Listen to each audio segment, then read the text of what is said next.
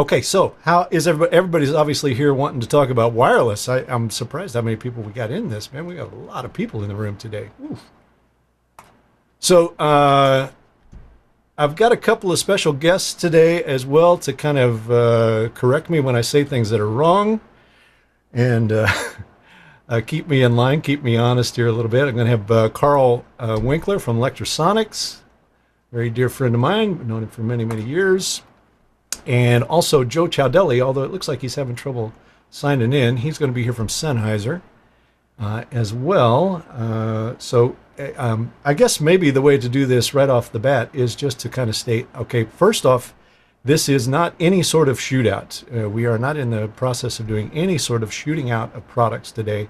I've just kind of wrangled these guys into lending me some of their product to make the demonstration here today and get things going. So don't take it as a shootout. We're just going to try to stay practical today and just talk about application and how to get things to sound better or keep things from sounding bad. All right. Peace. Everybody good with that? All right. That's for me. Also might as well give some shout outs to those companies too. Jerry Harvey, I want to give him a shout out as well. He's been providing some stuff for the lab lately too. So all the guys, Kevin, Glendenning, and all those guys, thank you if you're listening in. All right, so let's get started here, and I'll just try to keep an eye on the door. So we are going to talk about audio gain structure in RF systems today. And, the reason I kind of picked this topic is twofold. As I mentioned to Carl earlier, I do a lot of consulting for a lot of, artists. I do consulting for houses of worship, all kinds of stuff. And I'm constantly amazed at how poorly I see this piece of it handled and how often this is the source of problems in their setups, whether it's in their microphone systems or their ear systems, etc. And I'll fully admit, man, it's just one of those things. It's so easy to get things out of whack and not realize it. And then on top of it, if I can be any more mysterious about it, our ability to adjust gain structure in an RF system is not that handy, right? It's just we don't have a really nice ability to actually take control of these additional audio stages at the consoles today. When we were in analog, everybody kind of conceded that, we're not going to have an analog console that's going to give us access to that kind of stuff. But now in the day of digital console and digital transmission, digital systems, remote control of receivers, etc., I'm going to just say it, we need to get to a point as mixers where we can get control of this initial audio stage in these systems, right? So as you'll see, it's critical to the whole game. All right, so let's get going here. So today, I'm just going to block diagram out an RF system here. This is not meant to represent any system that I got going today. This is very generic, and you can see that it's, a wireless microphone system is actually pretty complex, right? I mean, there's lots of stages in it, especially for an analog system like this one's talking about, where you got, preemphasis, limiter, FM modulator, blah, blah, blah, all that aside from the audio. But for the context of what we're going to talk about in today's lab, we're going to not talk about instrument level, right? Trying to get stuff that is instrument level to go back to a guitar amplifier and be handled properly or anything like that. That honestly could probably be a lab in and of itself, trying to get instrumentation and guitar pickups to, go through the air, so to speak, and end up at an amplifier correctly so that you get the right impedance matching and the right drive into that amplifier. That's almost as much art as it is science there. So we're going to stay away from that today and just keep it in the realms of microphones and lav mics for instruments, things like that, okay? And then on top of it, we're only going to talk about these sections of the path. We're not going to get into, the FM modulation or the digital modulation of the signals, even though that does have an impact on audio quality, of course. We're not going to talk about that today. We're going to stay in the realm of gain structure. How do I just get the gain sorted out properly between these stages? And as you can see in the, kind of in the block diagram, we have two additional stages ahead of our mic pre, one pre-transmission and one post-transmission that we have to deal with. And then on top of it, in today's world, we also have digital outputs of that receiver mechanism. Maybe it's network, maybe it's Dante, AES, whatever. that we also have to contend with. So, there's going to be an element of gain structure that that we're going to have to contend with there and manage. So, all of that said, that's what we're going to tackle today. And so I'm going to actually address it from two ends. We're going to talk about microphone signal path, transmitted and received. And then we're going to flip it around and talk about console to ear mix, transmitted out, stereo mix out to a set of ear monitors, which is a whole nother set of problems and challenges, okay? As always, I'll remind you guys, this is not necessarily meant for me to be the talking head. If you've got stuff that you want to interject, by all means do so. I'll try to keep my eyes, my window is very busy today, but I will try to keep my eyes on the chat here. Yeah, oh, so somebody saw Volker in the room, is that right? Is that what I heard? If so, that's great. So Volker, welcome. Volker Schmidt from Sennheiser is also in the room, so certainly welcome that guy. He knows more about this than I've forgotten. So, all right, so let's move on here. Let's see where we go. So obviously this gets even more complex if we start talking about digital transmission now, because we have a preamp sensitivity, etc., that is going to be correlated to an A to D converter, and then also on the receiver side have a D to A converter that is correlated to an audio output, etc., right? And actually, I'm just noticing my network and my AES blocks are on the wrong side of that D to A converter, so we've already got our first mistake. I'll have to fix that in the edit.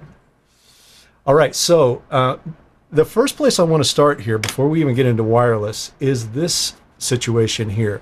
I think I probably see this mistake happen more than any other mistake, and it just sends the whole thing into a tizzy when guys don't get this right. And again, I'm kind of surprised how many people don't have a really firm grasp of this. And it is the concept of devices having an output level and devices having an input sensitivity, meaning they're expecting a certain level to be driven to line level, right, to get their level sorted out. So in this situation, if we have a sine wave or, your signal coming in at line level, the output of the device is generally going to be plus 4 dBm. And once we send that out, if we send it to a device that has an input sensitivity of plus 4 dBm, it will in turn drive that input right to the same level, right? We get that nice unity gain transfer there. So line level to line level there, coming one device to another, right? We've talked about this. If you guys go back to the gain structure discussion that I had much earlier in the labs, we were all over this. We were talking about this sort of thing as well. Now, we have another standard out there, which is the minus 10 dBV standard, right? Which is kind of prosumer or consumer, generally speaking. And, same sort of deal. If we drive that up to 0 dBVU or minus 20 dBFS, and we plug it into something that is expecting minus 10 dBV, we get that unity gain pass-through, right? It drives that next stage right to line level, and, both halves of the circuit are optimized to be used, right? Just because all of our mixer gear, with very few exceptions, all of our mixers are designed and optimized to work at line level, right? So if we have this, we're all good. Everything's fine. But I got to mute some mics here. 1 in 5 Americans is now at least partially vaccinated against the virus. That's the good news. We're getting virus news. There we go. All right, so this is output level and matching sensitivity, right? So once we do this kind of thing, it's all good. And I want to emphasize, this really has very little to do with balanced versus unbalanced, kind of thing. This isn't, on whole, I'll say more often than not, most balanced gear is plus 4 dBm. Most unbalanced gear is minus 10 dBV. But it's not a hard and fast rule. You can have balanced minus 10 dBV. You can have unbalanced plus 4. So it's not a matter of just matching balancing and unbalancing. There's an actual level, an output level, and an input sensitivity that needs matching here. And we can get a sense of this when we do it wrong, right? And I see this pretty often. So the thing to remember about these two kind of standards is they're actually referencing different things, right? The dBm is referenced to milliwatts, right? And plus 4 dB, or minus 10 dBV is actually referenced to voltage. So if we want to look at the actual difference in these two things, it's a regular kind of mistake in math here to look at the difference between those two things and think it's 14 dB of difference. It's not, because they're referenced to two different things, right? So milliwatts converted, referenced in milliwatts converted to dB is actually about 11.79 dB. It might just round it up to 12. I'm going to round it to 12 for the discussion here. Okay. So for instance, if we took plus 4 dBm output and we fed it into a minus 10 dBV sensitivity, it's going to drive it really hot, right? There's going to be that 12 dB additional gain on it, and you're going to have to adjust that input and turn it down to get some sort of unity pass through here, right? When in fact, really what you should do there is convert that plus 4 output to a minus 10 output level and then send it on into that input. Chances are you might even overdrive that input depending on how much headroom it's got. And vice versa, if we take a minus 10 dBV output and feeding it into a plus 4 dBm input sensitivity, obviously it's not going to drive it hard enough and get us up to line level. Now we've got to be adding gain on that level or adding gain on the drive to get it to max up, and we get out of whack. And my primary reason for bringing this up is if this isn't sorted out first, sorted out first and firm, then doing other gain structure, addressing other areas of gain structure becomes even just that much more difficult, right? It's just more confusing, and the dog kind of chases the tail, so to speak. So you got to get this part of it sorted out. And I see this a lot with, wireless systems going into, lower end mixers, etc. There's a whole nother discussion that we're going to have here shortly on, well, do I make my wireless output mic level or line level? Which should it be? And my answer kind of says, well, it depends. Depends on what you're trying to do with it and what kind of input you're bringing it into, maybe even what kind of source you're going to send, all right? So first things first, got to get this part of it sorted out.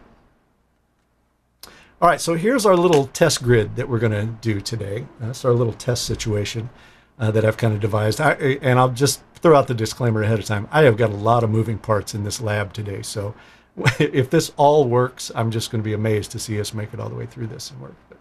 So what I've done is taken a Pro Tools session and had some different outputs from it, a vocal output, I've got a horn output, like a trumpet output. Then, of course, I've also got pink noise and tone. And I'm going to take that out to an amplifier, to a full range speaker. And then we're going to mic that full range speaker with a number of different sources, right? So SM58 on a cable, an AT4056, which is a condenser mic on a cable. Then we're going to look at a Sennheiser wireless. We're also going to look at the Letrosonics wireless. We're also going to look at a lav mic, which might be used for the horn or whatever. That's what I'm going to simulate today. And we're going to look at setting those levels today and getting them right. So you can see this wouldn't be far off what you would run into with these systems, right? Now, of course, it's not going to be a real voice. It's not going to be a horn. This is simulated just to try to drive home the point. But I think one of the things you're going to see from doing this is how important it is to set that initial stage of gain, and also how difficult that is to do kind of on a day-to-day basis when you're working. If you have to work really fast, man, it's hard to get that set right because it requires somebody generally going to the microphone and adjusting it, taking the mic from somebody and saying, hang on, I got to adjust your gain, and then giving it back to them. We haven't really come up with the great way to do that remotely yet, which is, in my opinion, is very important to do. Okay. So that's kind of our test rig. I was hoping to show you some of this with overhead camera today, but I'm going to have to just do it on software here. So let me see here. Yeah, so that's so I'm going to take this away for a second and move it over here. So what you see on screen right now is the software that allows us to see any of these devices and what they're doing. So on the far left, that's the Shure device. I got a Shure PSM 1000 here with their pair of those with the receiver pack. So we're going to look at that gain structure a little bit. The one in the middle is the DSQD. This is from Letrosonics. This is what we're looking at there is a look into their receiver. And then on the right-hand side is the Sennheiser version. That's the WSM looking into the Sennheiser mic. All right. So let me get this part over there. So what we're going to do is, let's see, I'll do it here. So one of the things I always want to do when I'm kind of setting this up is I want to get a sense of how much signal needs to be coming into that microphone to get it to output line level, right? How much is it going to take? Because there's going to be some portion of that drive in the front end that's going to get line level out of that receiver device, right? So for this first little look at it, we're just going to take some tone. Actually, I got to go change this over to tone. I'm just going to take a 1K tone out of our speaker. Yeah. And we're going to just have all these microphones pick it up and then look at the resultant output in the receiver, right? So you may hear a little bit of this tone. Yeah, I'll just give that so you know what it is. So let me kind of point out what you're seeing across these meters here. So what we're looking at is the output of these receivers and in different formats. So the first channel that you see there is an SM58, okay, on a hardwire. The next channel is the AT4056 on a hardwire. The next one is the Letrosonics RF. That is the handheld. Then we have the Sennheiser RF. That's a handheld. We have the next channel is Letrosonics, and this is looking at the Dante output from that particular receiver. And then the next channel is the Dante output of the Sennheiser receiver. And then I actually added in the AES output of the Sennheiser receiver as well. And the reason I brought those in is because those can be your clue into how hard you're driving that system, right? Because remember, in terms of signal flow, the Dante outputs, the AES outputs are not going to be subject to audio control on the output of that receiver. They're going to be fixed, right? So if you drive the input of that system to the proper level, you should get line level back from those Dante and AES outputs, right? We should see that. And consequently, if we're not driving it hard enough, you'll see that not enough level is coming out. So it can be like a really good measuring point. To me, it's one of the blessings that have kind of come with digital, is that we can look at those digital outputs and get a real sense of how hard we're driving the input to initiate output from the receiver, right? And you can kind of see that here, right? So I have the tone going into these microphones via that speaker. And if you take a look at the AES and Dante outputs, that's with, let me just double check something here. That's with no trim on these channels coming back in, and they're coming back in right at line level, right?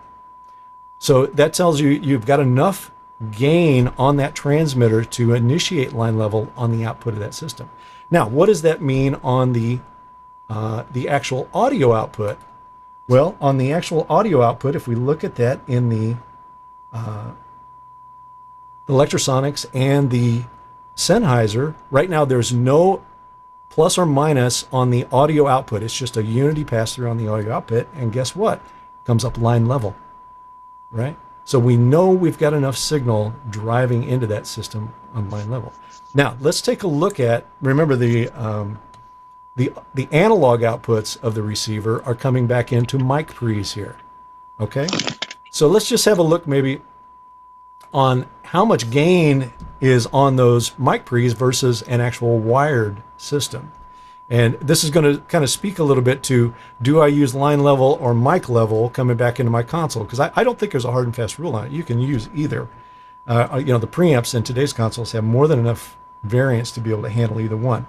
So on the, let's start with the 58 for one. So on the 58, I got plus 30 dB of preamp gain to get it to that level. All right.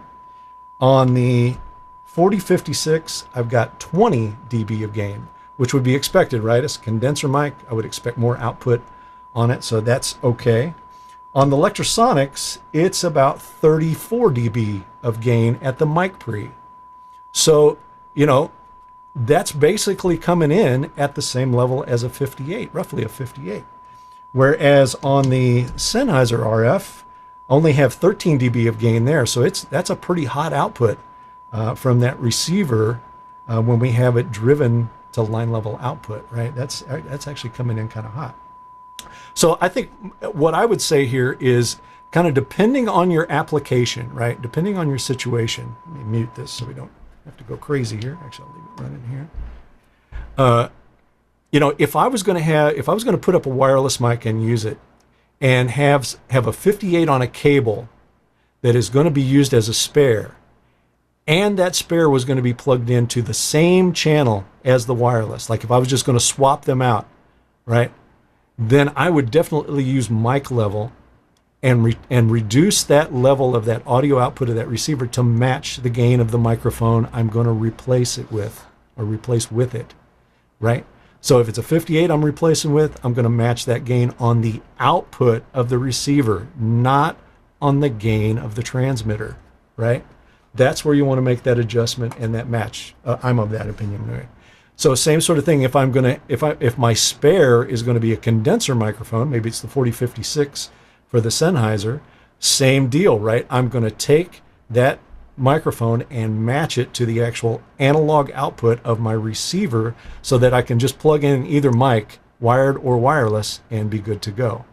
Now, I don't have to worry about that against the Dante channels and the AES channels, right? Those are definitely line level.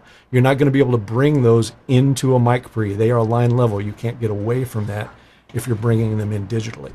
But if you're using your 58 on a separate channel versus your wireless channel, then to me, it doesn't really matter. Then I would just as soon keep it at line level so that my Dante and my AES channels can serve as backups for the wireless mic at that point, for the actual analog channel.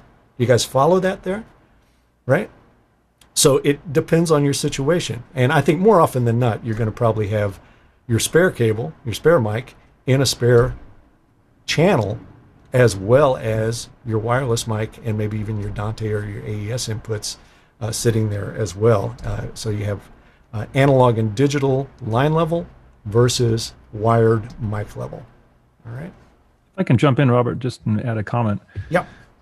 So the only thing that you sacrifice by doing that is a very slight amount of signal to noise. And it's because, as you've figured out, of course, that the wireless receivers want to send line level out. And so if you're attenuating, knocking down by 20 or 30 dB, and then boosting that back up in a mic preamp, you're going to get a little bit more noise. But as you said, the preamps have plenty of range, and preamps these days are very quiet.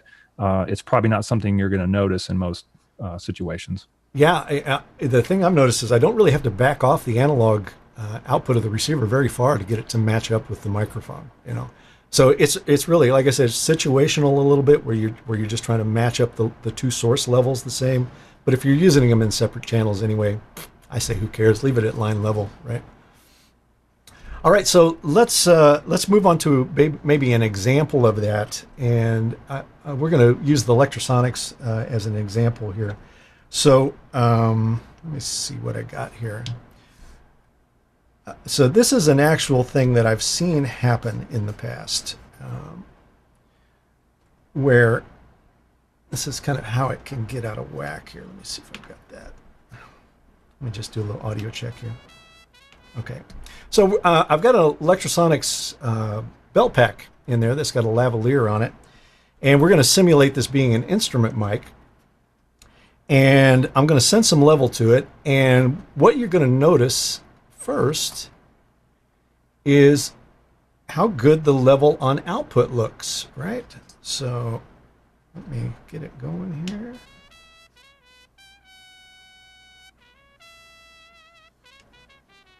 So this, oops, this doesn't want to be in there. Sorry, my mistake here.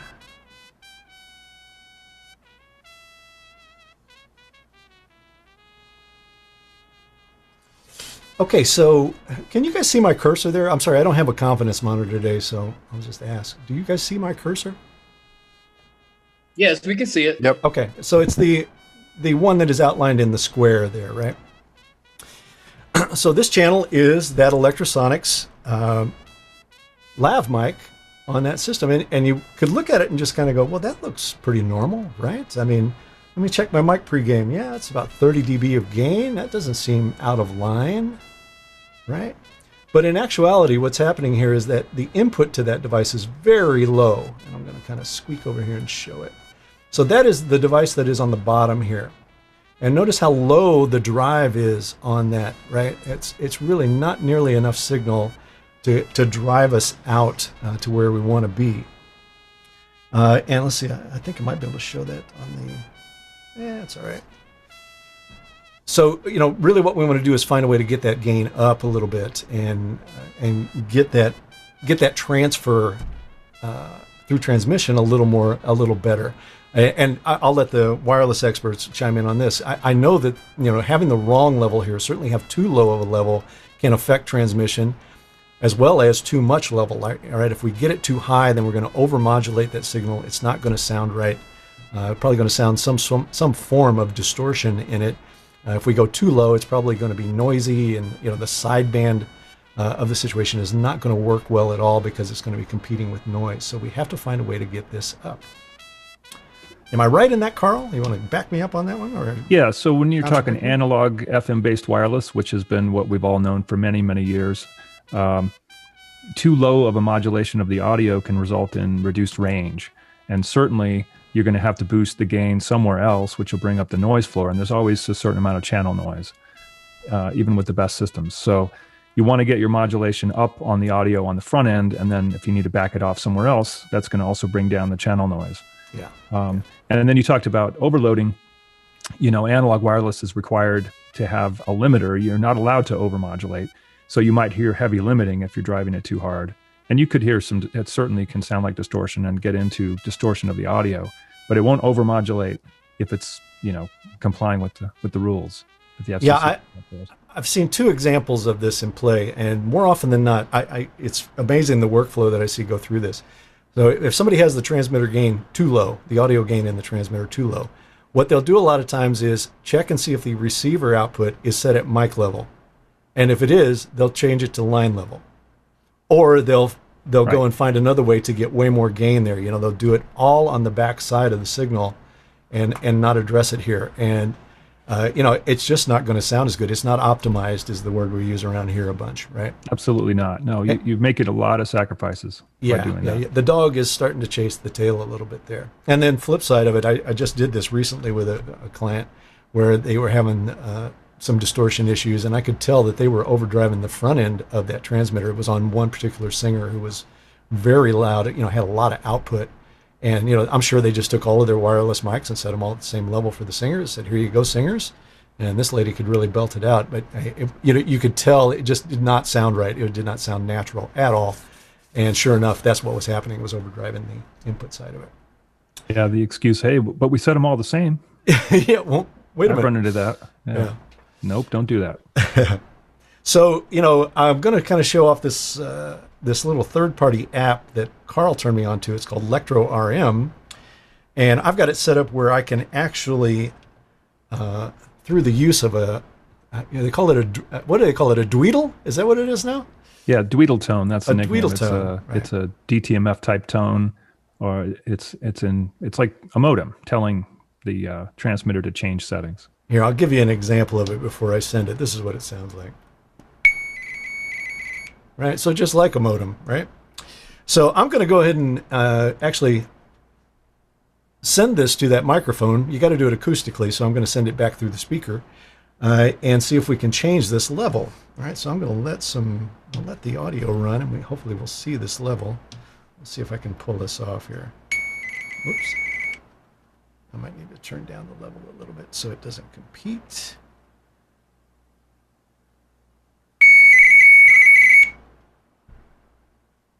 And yeah, you can see it has considerably more level now, right? Yeah, it came up. Might even go up a little more here. Let's give it another 3 dB.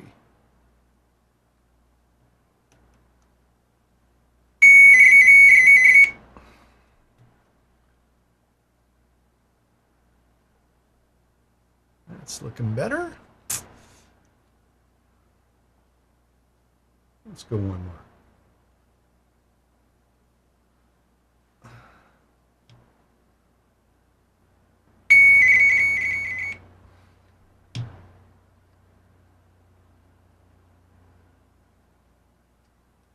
There we go. That's looking pretty healthy. So, I mean, obviously you wouldn't want to do this during a performance, obviously. But, you know, the thing that Carl pointed out for me with these devices is that this is for people that, you know, for stage performers where you might have a pack and a lav that's hidden under clothing, etc. And to get in there and make adjustments on it is pretty tough if you don't have something like this to go, you know, post in some gain changes given the demands of that particular artist. So this is a nice way to do it. I actually watched a video of a guy doing it, and it was pretty funny watching him walk up to the artist and just kind of beep, and you know, all of a sudden their mic level would change. I thought that was pretty clever. But you know, really my only reason for showing it as much as anything is to just to show that we need to monitor this. We need to address it. It is a function of gain stage that we need to address and always be aware of. And more importantly, I think, have ways to change this, right? Have ways to address this. So, you know, I'll be honest, in my until I got into doing award shows and stuff, you know, I had been away from wireless for a little while. I hadn't done a whole lot of it. And then I was really thrown right into the fire, you know, doing award shows where we might have, no exaggeration, 30 wireless microphones, 30, 40 wireless vocal mics, let alone wireless instrument mics. So what became really readily apparent was how blind you do it as the mixer. You know, you are really relying on somebody backstage who has good control over that RF system and good monitoring control over that RF system and can go out and make changes as needed, right? Otherwise, boy, you can get into some pretty hairy trouble there. So, you know, I'll make my first ploy, you know, and in the year 2021, we need, especially given that we have digital consoles now, we need to be able to have some insight into this. So I don't care whether it's a computer monitor sitting near the console that's running the software where you can keep track of all of these channels and monitor them and maybe say to somebody backstage, hey, go up to Joe's wireless there and change the level for me, please. Okay. Let's get that sorted out. Obviously, you want to do it in as close to a sound check environment as you can do it. You want to be changing that for everybody. Hopefully, a monitor engineer would have a good handle on that as well. So let's go back. Maybe we'll go to a vocal track here and look at the Sennheiser one. Robert, if I can jump in one more thing here. Sure. I'm talking about gain. I sort of only said the first half, which is analog wireless. The range can be affected by too little gain. With digital wireless, it's fully modulated all the time. Right. And so audio level is only going to affect your signal to noise ratio. Yeah, that's certainly one of the advantages to digital transmission for sure. But, you know, as we all know in the lab, we talk about this all the time. It's a matter of managing trade-offs, right? So to get that, we're going to give up some latency. We're going to give up some other elements. It may not, if it drifts or et cetera, it may not do that quite as gracefully as FM does, but that's all stuff that we have to kind of put on the scales and balance when we're getting ready to do shows, right? Excuse me? Yes. I have a question. May I ask Carl a couple questions real quick? Of course. Yeah, please, by all means. Thank you. Okay, Carl, I wanted to confirm this. The difference between sensitivity gain versus output gain on the receiver. Could you clarify that for me, please? Sure. So the transmitter is where your original mic preamp would be. If you could compare it to a console and you've got your trim or gain, right? You're plugging your mic into the console and turning up the gain to get a good amount of level. That happens at the transmitter in a wireless system. And then it's encoded in whichever way it is, transmitted FM or digitally. And then when you get to the receiver, you have some control over the output level of the receiver. So generally, like with what you have to do with a console, you want to get a nice fat signal at the front end, and then you can mix it as you wish. You want to get a good signal to noise over the channel noise of the transmission itself. So that's kind of what Robert's talking about, and getting an adequate level in the front end so that then you can do what you need to do at the back end and not add noise by adding gain. You can attenuate and bring everything down if you need to match mic level, for instance, at the input of a console, but you don't want to have to boost at the console. Right. I think it's fair to look at that wireless system as one complete system of audio, right? No different than a console. I mean, you make a great analogy there where you have a console, input gain, output level. I have that control on a console as well, right? And if I don't have enough input gain for any source, I am not going to feel like I have enough output on the console, right? If I have my preamp gain way down, I'm not going to be able to get enough fader gain and output gain to drive the subsequent system, meaning the PA system, adequately.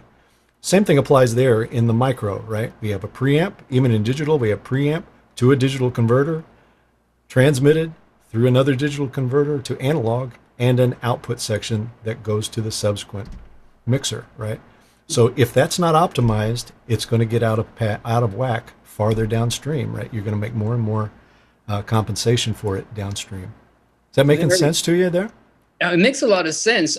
One, just to follow up these questions and seal it good, in relation to mic or line level out of the receiver, how does this relate to, whether you're going to do the sensitivity on the mic or whether you're going to do the boost on the transmitter output level? Does that mean now you should go back to mic level output or line level output? Well, as I mentioned earlier, those are two different things. And again, I'll take the discussion of gain structure in the console as a very similar process here. I don't think you want to treat input sensitivity and output gain as an either or. That's where we get into trouble with it, right? You need to treat input sensitivity as one thing. I need to set that and get it optimized, right, for the transmission. And then I need to decide how much output level I need for the next stage. You follow me there? So don't make it an either or. You're going to have, yes, let's set input sensitivity correctly. And then at the output, you've got to decide, do I need that to be mic level or do I need it to be line level? And you can make a choice, right? Yes, that's what I needed to hear. That completely proves my theory and my practice. Yeah. Thank you very much, guys. Good. All right, we got a couple other hands raised. I'm going to get to these guys too. Gear, my friend Gear is in the room. This is my remote library. Gear is my remote library. He sends me lots of stuff before we start. Thank you. You're too kind. I'm sorry I was late to the party, and I just because we had speaking of the remote library, we had an AES event in Norway. So that's why I'm late. So, but if you need a library, go to AES. Yeah, the plug. I came into the party just when I heard about these tones, and I didn't hear the introduction. Are you saying that you have a system where you somehow decide I want to increase the gain by X amount, and it creates a tone, and you go over to the mic and it sends it in and it does it? Carl? Yes, Carl's system has that. It's a third-party app, apparently. I don't think Letrosonics developed the app. It's called Electro RM. I'll try to put a but the receiver, the transmitter needs to have some sort of listening capability for that. That would be called a microphone, Gear. Yes. Yeah, I understand. Yeah, okay, so it doesn't do that automatically. No, it has to hear that tone. It has to hear that modem tone, and it hears it via the microphone. But the transmitter then detects that tone through the microphone and does something. And makes an adjustment. Correct. Yeah, it's just sending data to it saying, okay, set the gain here. Yeah, but that is then something Letrosonics have, and your competition does not. I haven't investigated the competition to know whether they can do something like that. And like I said, this is not a Letrosonic product. This is a third-party app running on an iPhone. Yeah, we share the data set of the instructions, and then third-party app developers can use that. Okay, There you go. so There's that your is answer. Electrosonic. That's clever. It is pretty clever. Popular Now, in theater. I had asked this question, so I'll answer it for Carl. This is not available for handheld mics. It's only available for their belt pack series, etc. So you wouldn't walk up to somebody and go right in their face and get it to change. That's Over very the PA. clever. You don't want it to go over the PA, like you said. no. Robert. And you don't want it to go over the PA. Yeah, that would be a problem. Well, that's clever in a large. You have the. Oh, what do you do with guitar belt packs? I just probably hold it right to the pickup. It might work there. But I don't know that Carl's, I don't know that it'll handle it or not. I'm sitting here answering the question. I don't know. for transmitters where we felt like it's not going to be buried on a talent, it's really a feature designed when the transmitter is hidden and inaccessible. With guitar packs, are usually on a strap or a handheld mic. It's right there. You just do the That's a good changes. answer. That's the idea. Well, anyway, kudos for a very, very good feature. Yeah, That's, I thought it was pretty unique. clever. I was like, hey, That's- that's actually pretty good. Yep. Thank you. It's clarified. Thank Yeah, you. no problem. Michael Fraley, go, man. Hey, so on the same topic, is there parameters that you're setting in the app? Or in other words, how is it telling the pack whether to adjust up or down? I'll see what's if I going can on get with it that? on camera here. Hang on. Let me see if I can show it as well if you want. No, yeah, right now you're because you have the big thing up, we can't see it.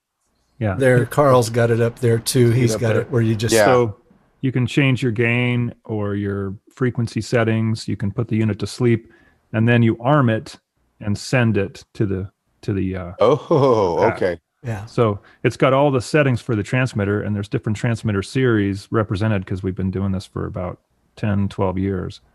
And so it's evolved over time, and the app developer just adds another data set. So you're allowing us humans to mess it all up again. Okay, good. Oh, you can mess it up big time with that thing. If you sent out to an entire group there, that would be fantastic.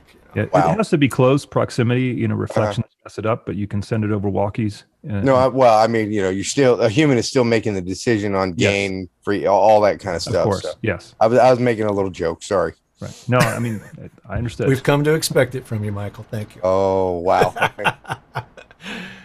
Okay. All right. So, really I'm going to run a little short on time here, so I'm going to need to get going. On the right, you see in the Sennheiser unit, right? So similar sort of thing there. And they have kind of and I might let them talk. I might let Joe talk a little bit about this. They have a similar kind of push-pull that can happen with data here, but it's not quite as easy there. But obviously, it's open to all their products. And in terms of being able to manage huge numbers of wireless systems, the WSM software can handle a lot.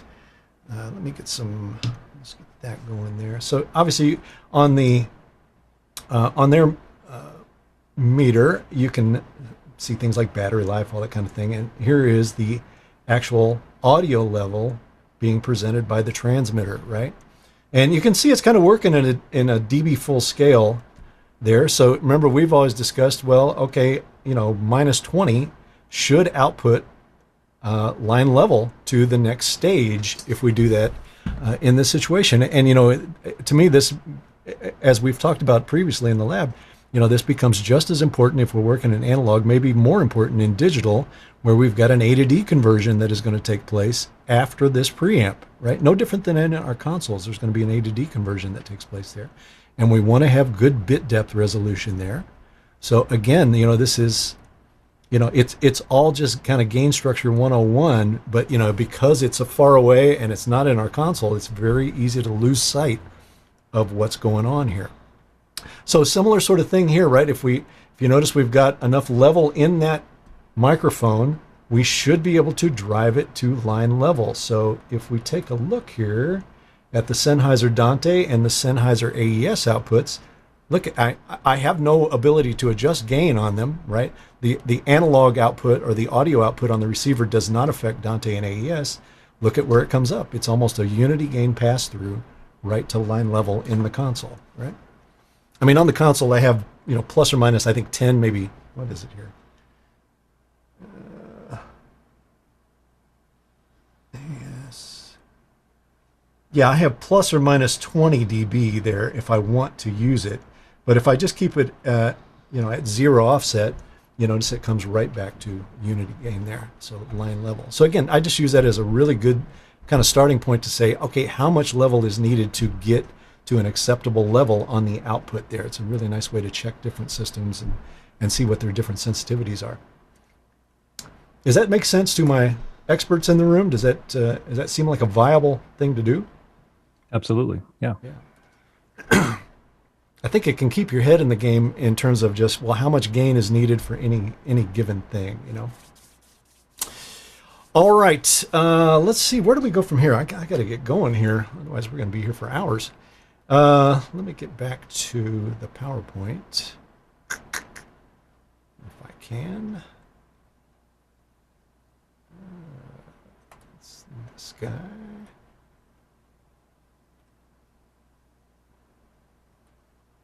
Actually, I could do this. I've got that. If you want to see this setup, I might as well show you since I did it.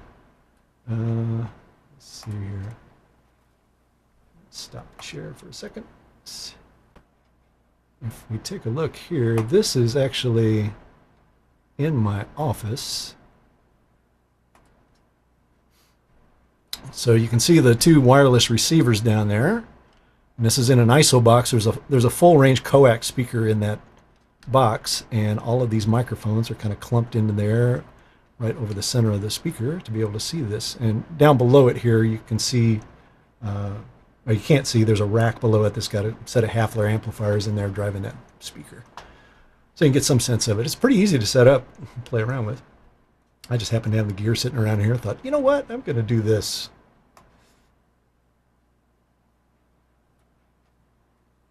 All right, let's see, how do I get out of the...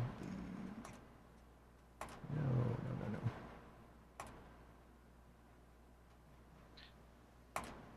Did you get any interference between the transmitters? I Being didn't. that close. No, I mean, they're working in pretty different bands. Luckily, it didn't mess with it much. So.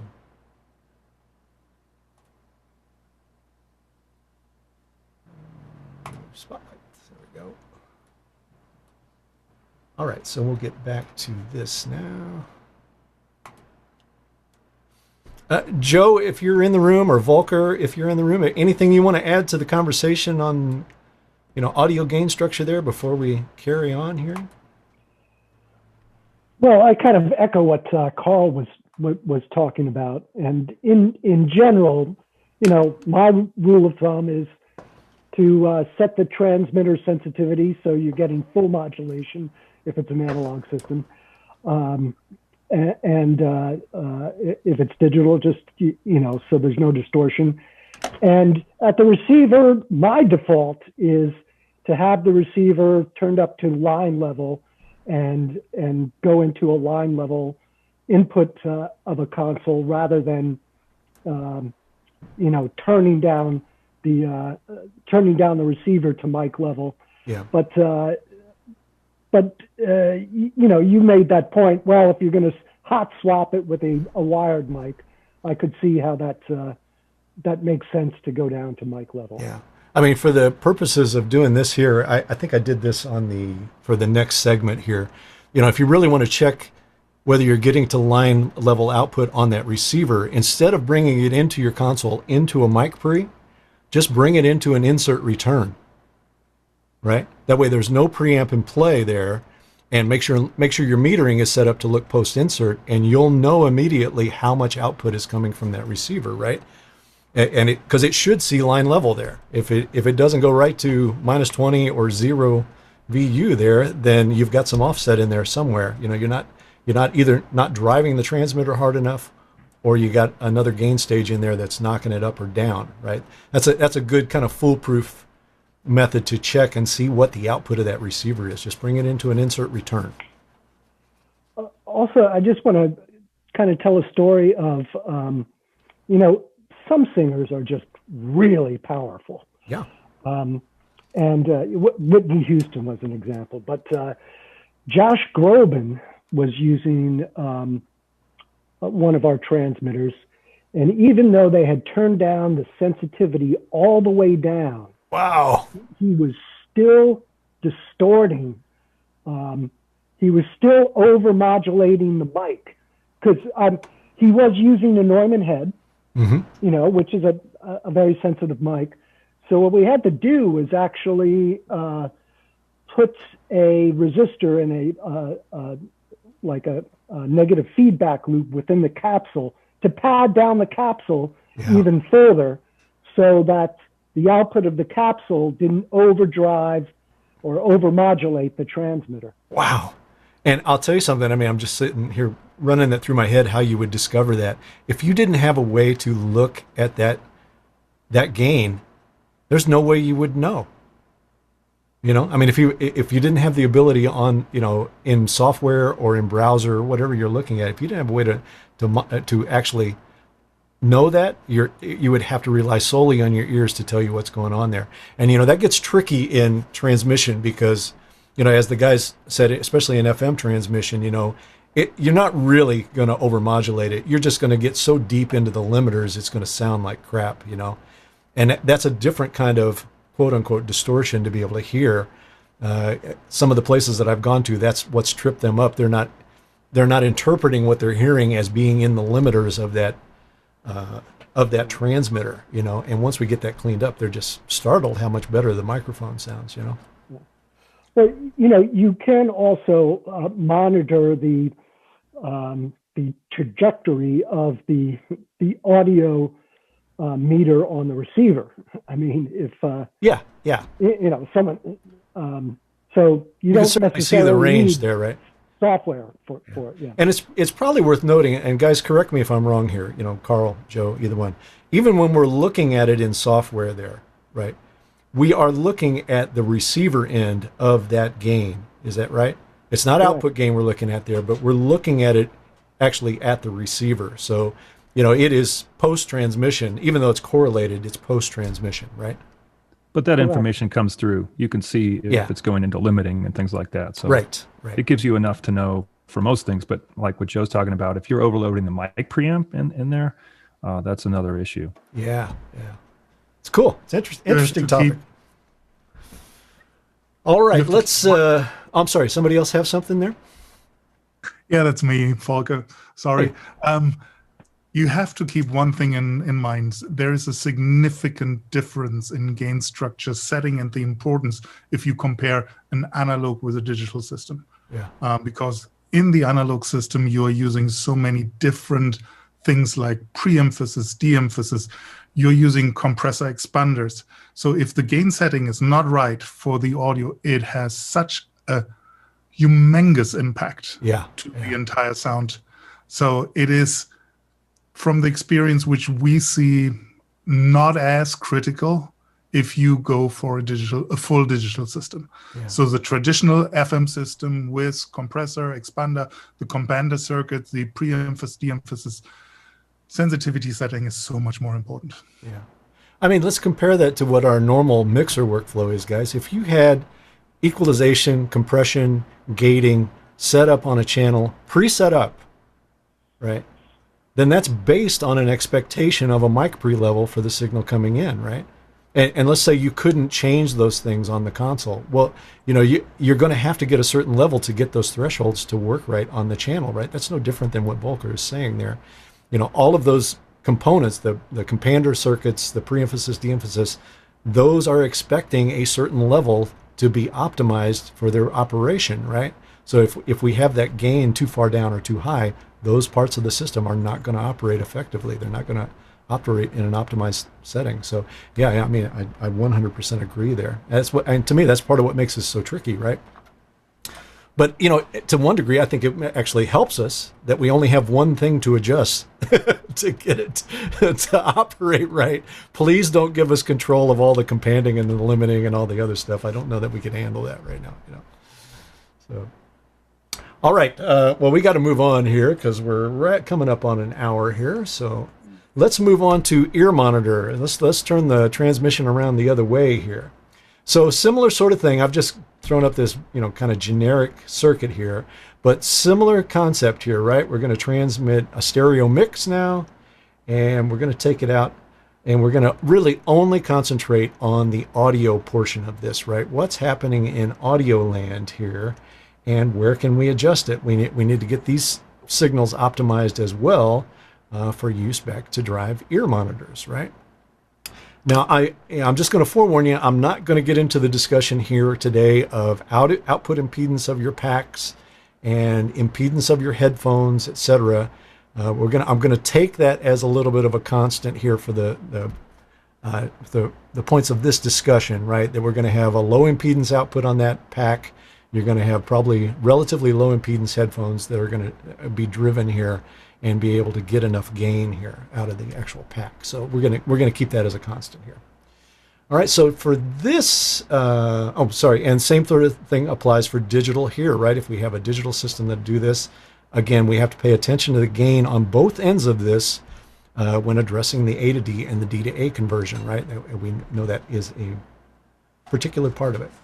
All right, so we're going to do a similar kind of thing here, funny enough. We're going to take an output from my console. I'm going to drive it into this PSM unit, and then we're going to take the output of these packs and bring them back into the console. And again, I've just brought these outputs right into insert returns here. They aren't coming into mic pre's or anything like that. We just want to look at what the relative output level of those packs are coming back. We're basically just using the console as a big meter here. Okay, so that's what we're going to do here.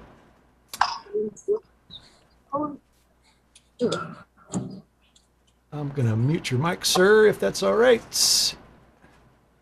Thank you for joining. All right, and then maybe we'll even do a little bit of smart analysis on this, do a little transform of input to output and see what signal looks like, pre and post transmission. So let's have a look there. Let's see, what have I got left here? Yeah, so the question here is, right, how hard do I have to drive the transmitter to achieve line level out of the receiver? That's kind of what we're going to look at here and see if we can figure out, right? So let's see, we're going to use some tone first. We'll just start with a 1K tone. And let me see if I can get it where you can see this metering. That will be here, I believe. There we go.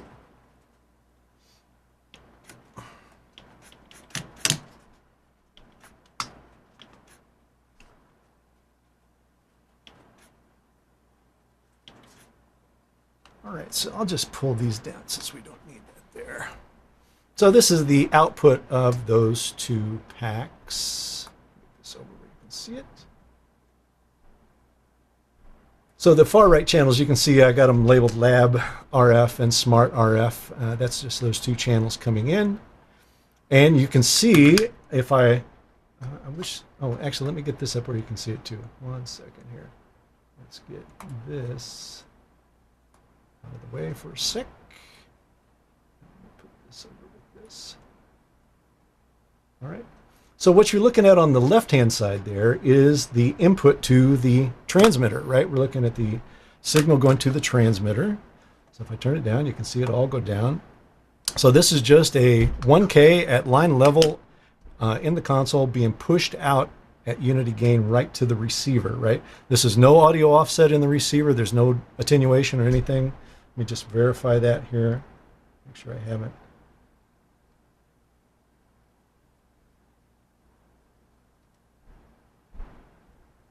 Yes, that's right. So there's no audio attenuation there. So as it sits right now, if I have line level coming into the unit and I take a look at the pack output to get back to line level, matter of fact, I'll do this just to prove that it's working here. So that's me just turning the volume control all the way down. Sorry, I booted it here. And so I'm just turning up the actual headphone volume until I get it back to line level, right? And that is at about 50% right now on the receiver. So we got a nice transfer there, right? So we want to take a look at that in pink noise. Let's do that for a second. And maybe do a little transform here. So that's pink noise now. It's over there. Let's get this up here. We'll have a look at this as well.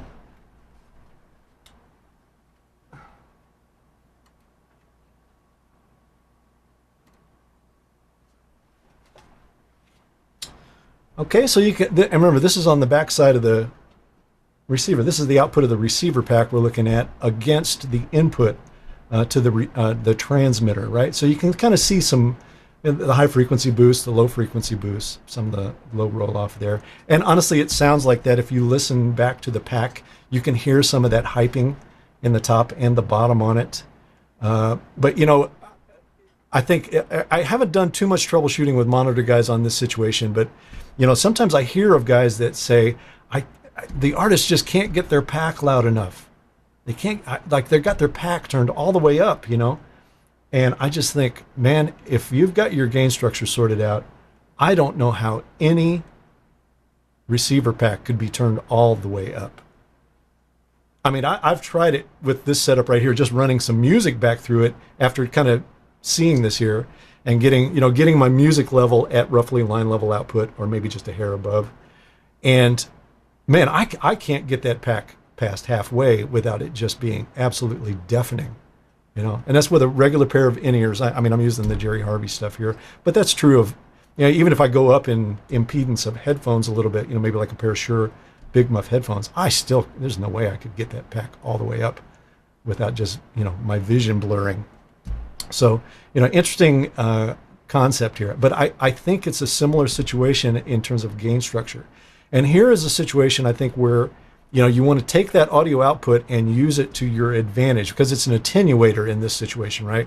Where you're going to have output coming from your console that you might need to attenuate down, because let's face it, on our outputs, especially on digital consoles, even on analog consoles for that matter, we're not necessarily running at line level output. We've got 24 dB of headroom in those outputs, and we're regularly way up there, right? I mean, even on, you know, on this console, you know, to see your output, you know, RMS well above, you know, line level is not uncommon. So you might need to do some offset there. But, you know, it also kind of speaks to getting your gain structure in order, right? Do I actually need to drive the output that hard if I'm just turning down the transmitter to get it to all fit in? You know, that's one of those things that is always a red flag for me. If I'm having to kind of turn up or down subsequent stages as I get farther into the audio, that's telling me something generally. It's like, you've got your gain structure out of whack here somewhere, especially if it's any significant amount of information, right? So I'm sorry, I won't say nobody from Shure showed up because I didn't ask them.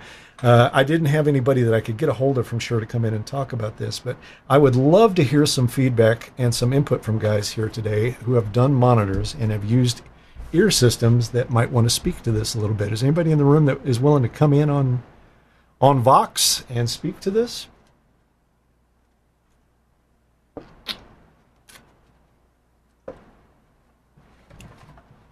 Got to be somebody. Nobody. I'm actually encouraged by nobody in this room ever doing monitors. It's all front of house guys. That's all we got here.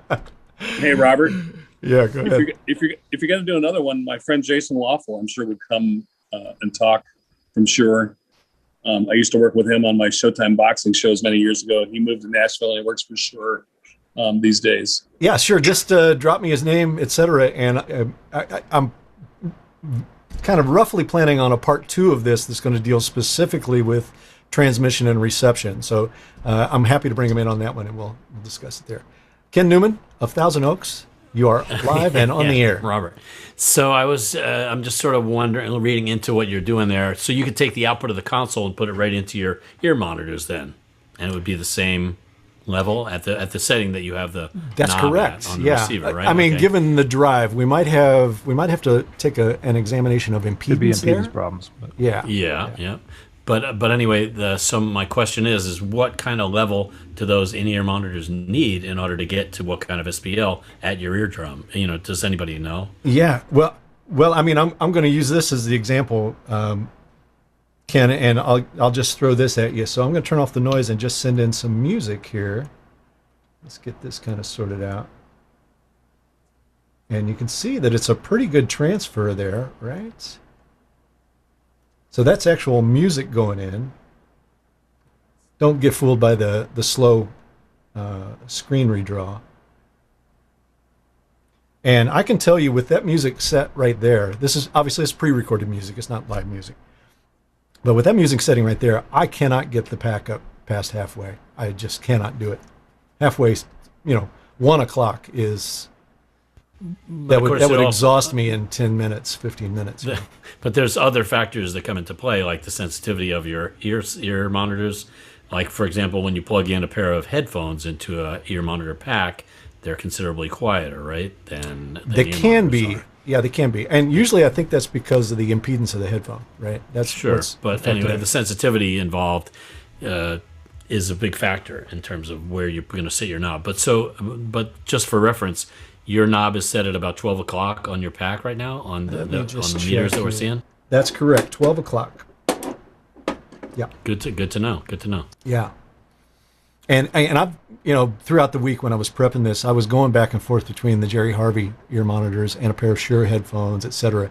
And it wasn't dramatically different. I mean, I think the Shure headphones come in at about 40 ohms, 35, 40 ohms, and the Jerry Harvey thing is about 8 ohms, if I remember right. I think the output impedance on the pack is 1. So my experience tells me that with my V6s, Sony headphones, typical Yeah. V6s, of which I don't know what the impedance is of those.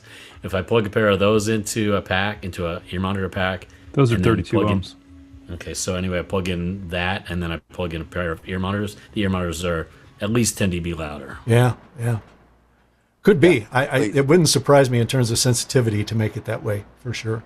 But that even speaks more to the idea of how is anyone having a pack all the way up with ear monitors if gain structure is properly sorted out there, Could be threshold shift too.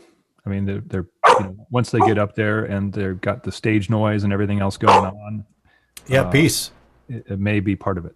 I don't think I'd be able to talk for a day after having that on for 2.5 hours. You and me both. I don't mean, understand it myself. That on a completely side topic, that really concerns me for what's going on with people's hearing over a period of time, over the course of a tour. It's like, how loud are you monitoring, man? At the ear. There's right? where you want to get Rich Santucci. Is that his name? Rich, from Yeah. Sensophonics. You want to get him involved in that discussion. Yeah, he's great. Michael Santucci. Santucci, Yeah. Michael, that's it. Michael, thank you. Yeah, I've conversed off and on with him for many, many years. I mean, I think the first time I met him, we were doing ear monitors. The first time we ever tried it with Rush in the late 80s, early 90s, he was making some of his own product and we were taking that out and try it. Yeah, he's a very, very sharp guy. Really good guy too. Yeah. I have a comment on this actually that I'd like to ask. So I know that Joe is here from Sennheiser and Carl from Letro. And it's the first topic you're talking about. And I'm going to ask, at least in the case of Letro and Sennheiser, say in the Sennheiser 6000, in the 9000 at least, and then in Letro products, and probably the Shure, probably in the Accent, to have a grip of what is going on at the transmitter remotely and being able to adjust it. And therefore, the throughput to look at these systems, whether it's in-ear, and to get a grip on throughput and I/O from the head end of the system, not just with lav mics. And by the time we push it to the console with 0 VU, 0 dBm, or if we're in the digital domain, that having a grip all the way to in-ears where we can get a grip of what the aggregate acoustic level, factoring in impedance of the transducer, so that we can get a grip on how much delivery we're going to get out of it. I think you know where I'm going with this, Robert, probably. If we would have an interface within these systems where we can see that so that, we can measure the thing empirically. And a lot of people aren't quite there technically on the measurement of that, but I'm up for it totally so that we can get a grip, by the time we say temporary threshold shift. All right, just how loud is it? Because I think we can make a measurement at the end. Yeah. Just, acoustically. Audio Precision's got a deal going on this, but I think there are other boxes for measuring how much is coming out of the in-ear, and if we could dial that, whether, that would be awfully helpful throughout systems, whether it was, through the wireless, man. Yeah, I got to believe that, take out the actual how you do it out of this. I got to believe that's possible scientifically. I mean, math, I don't want to call it simple math, but that's math, right? You bet. And I mean, if this guy is getting nailed with X number, of SPL right at the ear canal, okay, well, let's say that, and it's not distorted. It's gain structured properly. Yeah. Boy, that would be helpful. Okay. Here. I mean, it would, it would always be helpful to know too, talking about threshold shift. I mean, be able to measure. I mean, walk out there and measure what is happening at the guy's ear outside the ear monitor and what's happening inside the ear monitor. Let's find out what's happening there. I mean, somebody's got to be doing that analysis here, or we're going to end up with a whole bunch of deaf musicians here. Well, that's just a voltage measurement, isn't it? I mean, really, at the end of the day. Well, it's an acoustic measurement too, though, right? Yeah. Voltage and sensitivity of the drivers. Mm-hmm. I'm it pretty seems sure like Michael's way all over that stuff. I got to believe he is. I know he's been studying that for so long. Yeah. I'll make the commitment here. I'll try to get him in here at some point to talk about this if we ever come back to this. If it makes sense to bring him in on the transmission one, we'll do it. Yeah. I mean, would that be a hard thing to program on the transmitter packs? Well, it's not a matter of programming that, though. It's a matter of how do you gather the data, because you got to get a sense of SPL, acoustic SPL in an ear canal and external to the ear canal. And each ear monitor that you're going to use is going to have a different sensitivity, isn't it? Well, yeah, right. Yes, it will. Yeah, but that's what I'm saying. If you know the numbers, if you can plug in the numbers, the math is there, and then it's just making the acoustical evaluations. But that's what I was getting at, though, is the belt pack could measure what that sensitivity is, as soon as you plug it in. The trick is in the telemetry, is what I'm hearing. It because the transmitter knows what levels it's seeing at various places. The receiver knows what level. The trick for a receiver would be getting it back in if it were a belt pack, but on a transmitter side, it's just getting that in the data stream with the audio. I desperately want our experts to chime in on this. Well, right after they stop laughing. Michael Lawrence, from the Signal to Noise podcast, he does a lot of SPL testing, and I'm pretty sure I heard him talking about doing SPL testing. Yeah, you can do it in an ear canal. I'll look for it. I'm sure there's some sources out there, but to your point about the pack knowing, I think all the pack would be able to know is the impedance of the drivers, because there's no way for it to measure the acoustic sensitivity of the driver. A given amount of voltage, what do you get, out of it? And in terms of sound pressure, there's no way for the pack to know that. Right, but I think that's where the math comes in, because we know what the sensitivity of the transducer is in theory. That's where on the user end that would have to be a computation, not coming from the pack itself. Or maybe if you added that to the pack's capabilities, so that was something the pack was programmed to accept, was the sensitivity of each ear monitors you were using. You type that into your sensitivity, and then it gives you the resultant SPL at the earpiece, that kind of thing. Yeah. Yeah, or even the manufacturers putting out publication. Hey, for the JH16, here's your range. You type that, you select that, let's say, on the pack, and then it measures the sensitivity, or the impedance rather. I'm sorry. It measures the impedance and calculates the difference, and then maybe even the system could throw a red flag at the engineer when you're, well, no, seriously, when you're starting to hit critical mass and looking to do some damage, it flashes red at you. Hey, you're hurting your artist out. They'd be looking for the way to defeat that warning. Exactly, exactly my point. Yeah, I know some that would, absolutely. And if you follow the rules, if you follow the rules, they will definitely come back to you and say it's not loud enough. Right.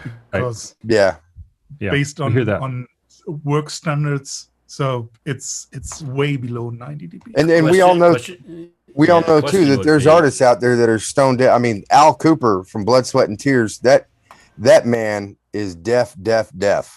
I hit him with 2 turbo sound double 15s with a 1 1/4 inch horn, 4.5 feet away with him, cranked to death. And he's like, "Man, it sounds great. Can you turn it up?" I'm like, "Dude, I got no fader left." I can turn it up, but the amps are smoking. How many artists use that built-in maximum level control that the Shure pack has? You familiar with that, right? What's it called? Like it's a limiter. It's called. They have some kind of. Well, they have a max. Yeah, there's like a hard max level that you can't turn it up past that. Yeah. So how many artists do you think actually use that? I'm thinking they're all bypassed. Usually they are. So and we have this setting in our in-ear packs as well. So it is normal that, it's interesting to see. It is a software feature that you can turn it on and off, right? So guess what is happening? Right. Hey, Robert, I just posted in the chat a link to Mimi, which is a little device for measuring IEMs. It's great for doing transfer functions on your ears. It's really useful. Awesome, Josh. Thank you, man. I've been kind of thinking about trying to get one of those now that I'm in IEM land here a little bit, trying to do some stuff like that. Yeah, that would be fun. Is it an expensive device? No, it's only like 100 something euros ish, which is not that expensive when you consider you can use it with any measurement mic. So yeah. So is it just a little coupler that fits on a it couples, so it won't replicate your true HFRT or anything like that, or your ear canal, but it just will get you in the ballpark in terms of ears for measurement. Awesome. Thanks for that. Appreciate that. Two quick comments. Yes, Joe. One of the variables in this equation is the seal that the earpiece makes within an individual's ear and how deeply he puts it in the canal. But in general, ear monitors, if they're done correctly and prudently, they should actually preserve musicians' hearing over time versus traditional monitors. Yeah. Well, I think in logic, I would agree with you there. And I'm going to reveal something here. Maybe I better edit this out when I get done here. But, I go to an audiologist every year for a checkup. And he says to me, he claims to me, he says, my ears actually look really good for my age. But he says he's betting that the vast majority of damage and degradation that I have in my hearing is from headphones. He says, I don't think it's concert sound that's doing you in. I think it's your headphones that's doing you in. Got it. Hey, Robert? Yeah. Yeah, I mix in-ear monitors, and what happens is if you don't optimize that, you try to optimize everything equally with gain structure across the board, guys are going to have different levels on their packs depending on their hearing and their deafness, etc.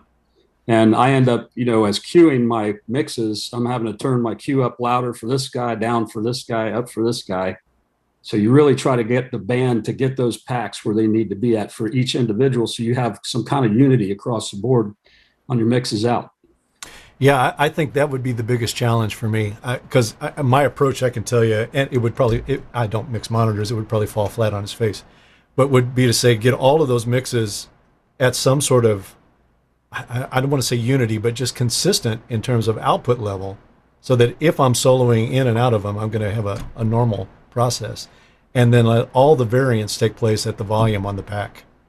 Is that your approach? I see you shaking your head. Yes, that's true. That's what I do. I because some guys, I won't name names, but they'll tell me I'm saving headroom, and I'm like, do you have a bank of headroom when you retire, or where's the headroom going? Get your pack turned up. My mix is spend your headroom. Spend your headroom. Come on. Yeah, spend your headroom.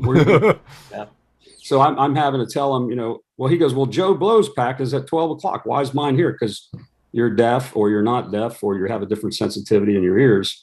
Yeah, I mean, there may be different parts of the stage, Yeah, I mean, it's really a people thing. You got to work with these guys left and right in rehearsals and get it nailed down. And everybody's different. Yeah.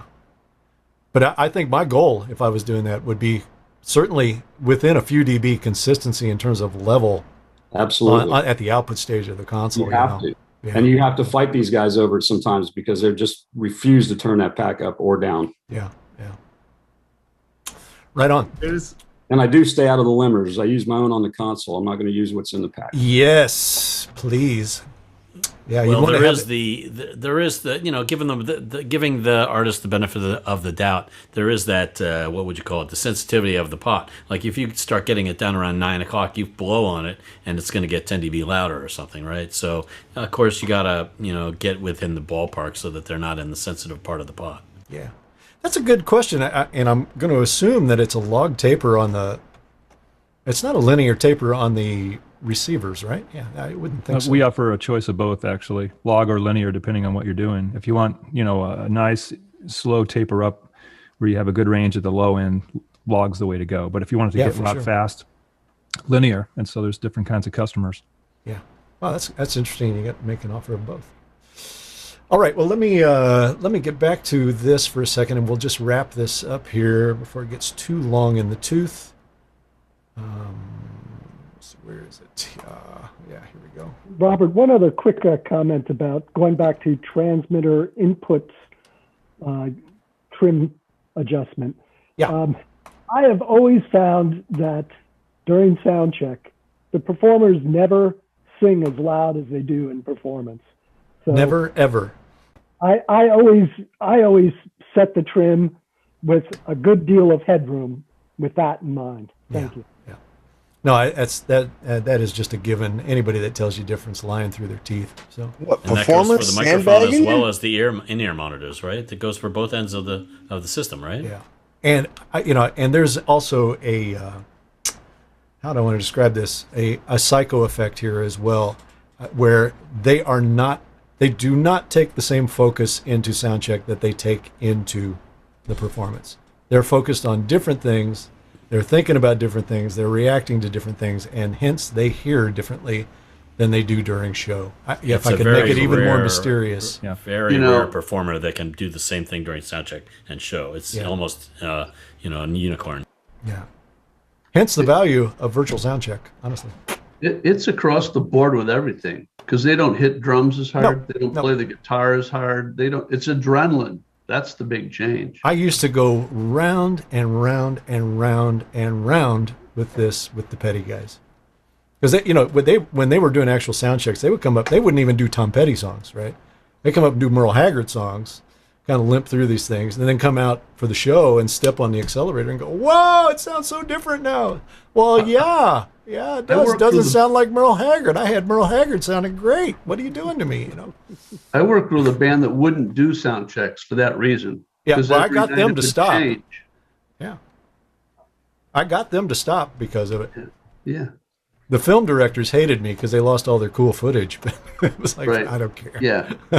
They wouldn't even come in if there was a remote truck there. Yeah. Because it would be too different that night. And it was a good thing. Nice. All right. Well, we'll just wrap up here. I just threw together a little best practices thing. So take it or leave it as you see fit. First, ensure your equipment is properly interfaced, right? The right outputs are going to the right input sensitivities, et cetera, et cetera. We're in 2021, and I can't believe how often I still see this mishandled, but it is. Take the time to discover what level of drive is needed to drive your receiver to line level. Figure out what that is, and I've just given you a way to do it today. Obviously, you're not going to pull up on a festival day and try to do this at a festival. This takes a little bit of time.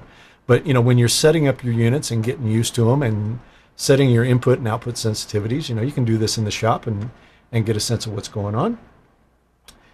And I would encourage everybody, man, if you're a front of house engineer, especially, I'm going to start, I gave this away at the award shows where I don't necessarily have this available. I'm never doing it again, where I want to be able to see those transmitter gains at the front of house console so that I can contact somebody on stage and say, hey, go to Patti LaBelle's mic and turn that sucker down 20 dB, will you please?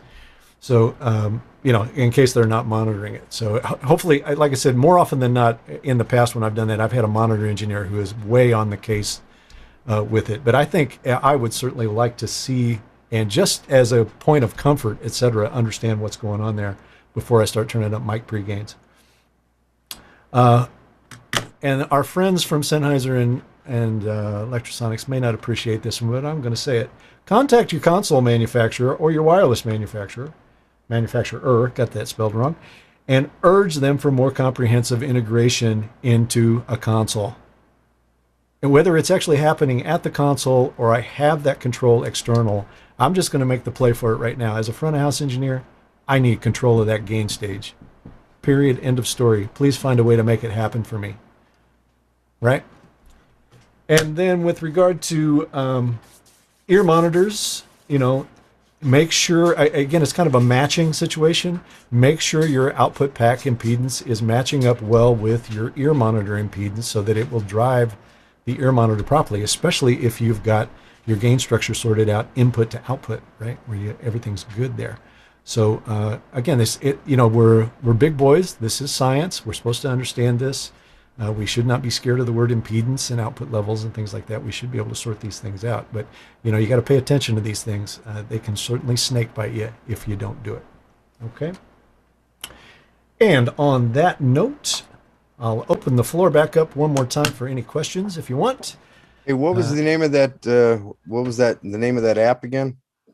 It is called LetroRM. LetroRM. It is available on the Apple Store for $25.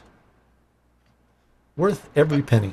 Yeah, well, if I could spell and type properly. I can't help you there. It won't help you. I can't help you there. You asked for the possibility of controlling the gain of the transmitter. Correct. I'm not sure about Shure and Sennheiser or Letrosonics, but I do know that Sony does that for you. I did see that in the document you sent me on Sony. So yeah, that's worth noting. I did notice that they do give you the ability to do that. So how are they doing that? What's the protocol for control there? Well, the protocol is of course secret, and they would never tell me now as I don't work there anymore. But well, I mean, are you controlling it as a function of transmission? No, it's so they have their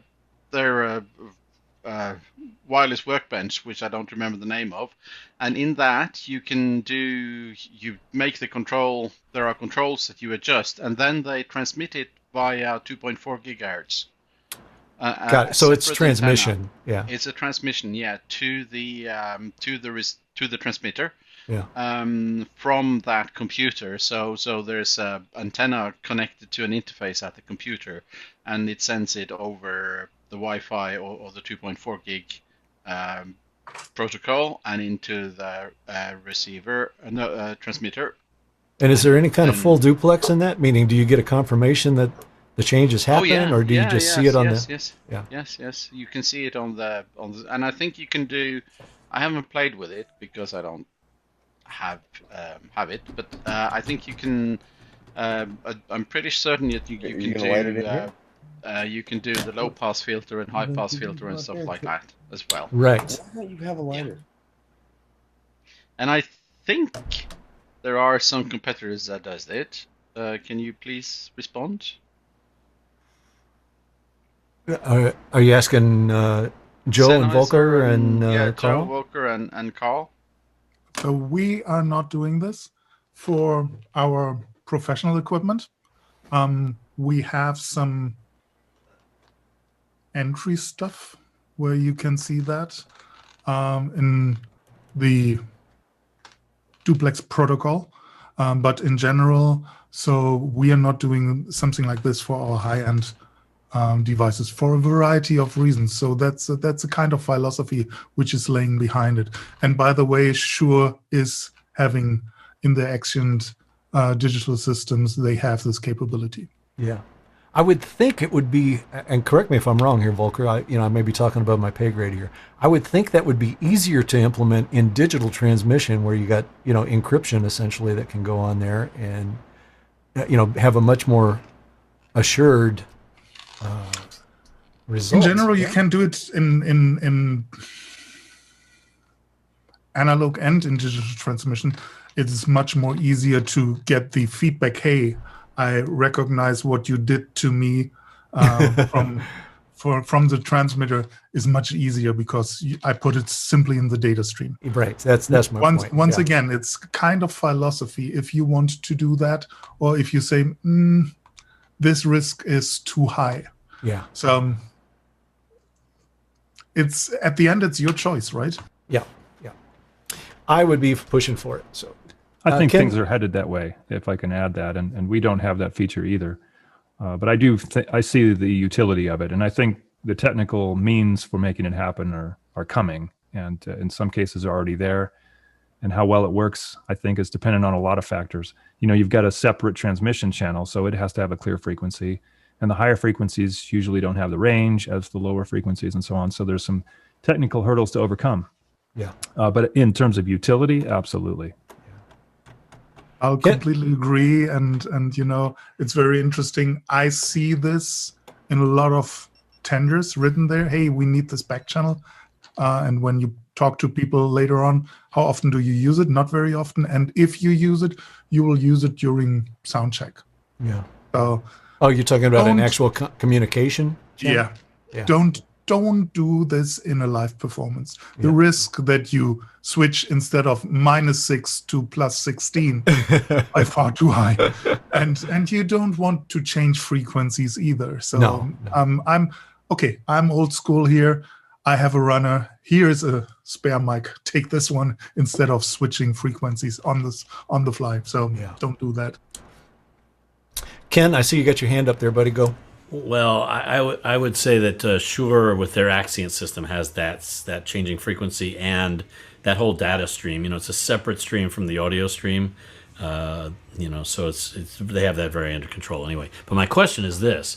My question is for Carl, because for years, decades, we've heard, or I've heard, and I want to hear what I've heard is correct, that Letrosonics does not have any companding, no compressor on the transmitter, no expander on the receiver, and that's why they sound so much better than anybody else. Is that true? Well, right. The digital hybrid system is what you're referring to. We made analog companded systems up until about 2002. The hybrid systems took over, and we came up with a way that we ended up patenting that allows transmission over an FM analog link, but it's a prepared signal using digital signal processing. And yes, the result is what you say. The audio is not companded. So it does sound, it's flatter, it's measurably flatter and a little quieter. And it tends to hold up over a longer range as well because of the digital processing. Are there new devices by other manufacturers that do the same thing, or is everybody still companding? No, a lot of people. Well, there's some companies are still making companded analog wireless. That's becoming fewer and fewer. Anyone who's doing what we would call pure digital, in other words, the signal's digitized on transmission, it's transmitted over a digital modulation scheme, and then recovered at the back end. They're not doing any companding as well. So that'd be like the Sennheiser 6000 series, the Shure Axient Digital, our D² system, and so on. So that's where most companies are moving for obvious reasons. But digital transmission is not without its challenges. So that's why it's only been happening lately in the last, let's say, 5 years, when you're really seeing digital transmission be solid. Before that, everyone was doing companded analog, other than us, up until fairly recently. And is the same thing true of in-ear systems or just microphones? It's true. Almost all in-ear systems out there are analog FM multiplexed at this point. Yep. We have a digital system. I think MyPro has a digital system. They're not very common yet. So there's more challenges to doing that than there are to just doing a single mono channel. Yeah, I was going to say bandwidth has got to be part of the challenge there, right? Where you're trying to send something at its full bandwidth. Mm-hmm. But we haven't even talked about using, microphones as measurement microphones in this situation. So another situation where gain structure is crazy important. You want to make sure and have that sorted out, where you're not, over limiting or converting, et cetera, in the measurement scheme as well, even though we're not doing lab measurements out in the field, but we still, accuracy is part of the thing. We don't want a hyped microphone in our measurement scheme, right? And I would also add to that, Robert, frequency response. When we released the VLFC recently, we discovered that some wireless mics can't get down to 11 hertz, where our subwoofers can, which now with digital, that's gotten a lot better. Yeah. No, I would totally buy that. Yeah. Few comments on Carl's statements, and I completely sign off your statement regarding your electro not companding hybrid system.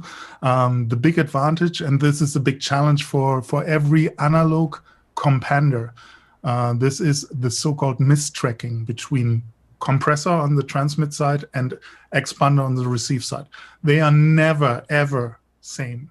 So, and this is so much better with the digital quote-to-quote not existing compander, Carl, right? So however you name that. So, right. But you are doing something, right? Yeah. So, and this is a big advantage. So the Next step, of course, was full digital transmission. Full digital transmission, no compander, yeah, correct, but data reduction. No free lunch, guys. So there is always a drawback for everything what we are doing. So we are taking out, if you remember the first MP3 recording which you heard, awful, right? I remember that I had the first Fraunhofer MP3 recording, Dire Straits. This spot was sounding like, what? Unbelievable. So this is something which comes into play when you are talking full digital. Compander is not existing, but data reduction. So we take out data reduction. Data reduction as in compression? Lossy compression, generally, yes. Okay. Yeah, to reduce the data stream. And you can do it in a different ways, right? So you can use firmware which takes out data where we think you don't hear it. Or you simply say, you know what, I have a 24-bit A to D converter, but I'm using only 18.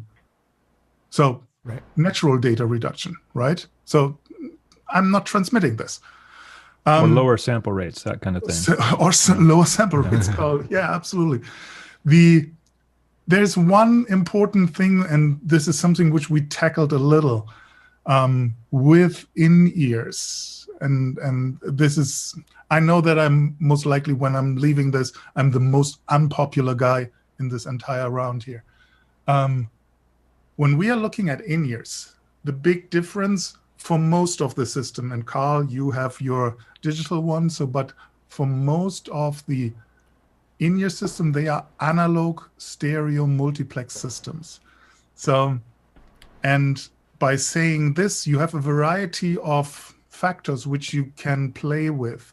For instance, stereo width. If you make the stereo image wider, you are more sensitive to disturbance. In general, if you have a stereo multiplex system, my recommendation, and Robert, I'm very sorry, so now I'm getting unpopular. Drive this hard. Drive it harder on the transmit side, because now your signal level will cover a lot of this things which you hear on the receiver side, right? So drive it harder. This is my recommendation. Drive it a little harder than you usually do.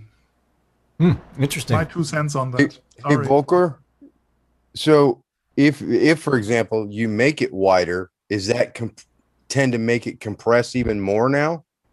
No, because it's trying to eat up more data. No, okay. No. We are talking analog.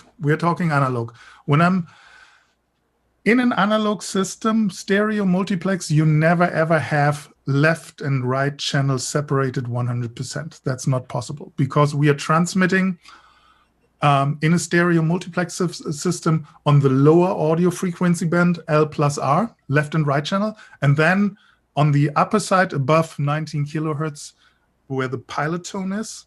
So we are transmitting L minus R. And if we put on the receive side, both together, I can separate left and right channel. So the big advantage of an analog system is I have two information on one carrier.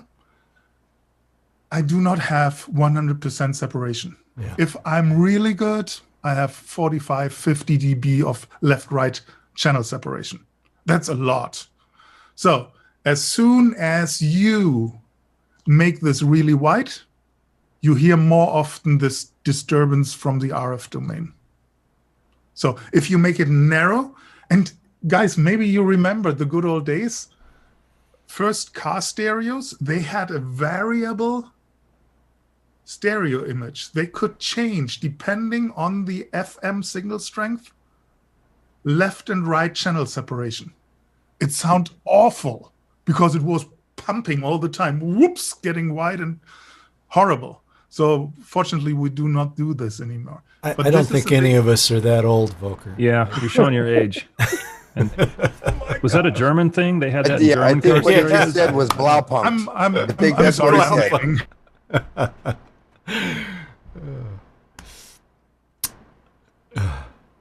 Well, that's. I know you guys are not as old, but you are still listening to AM radio in your car, right? Come on. No. Well, guys, this is, I hate to pull the cord on this. I mean, this is such a great conversation, but I think it's safe to say we definitely need to have a part 2 of this that is focused entirely on transmission and reception.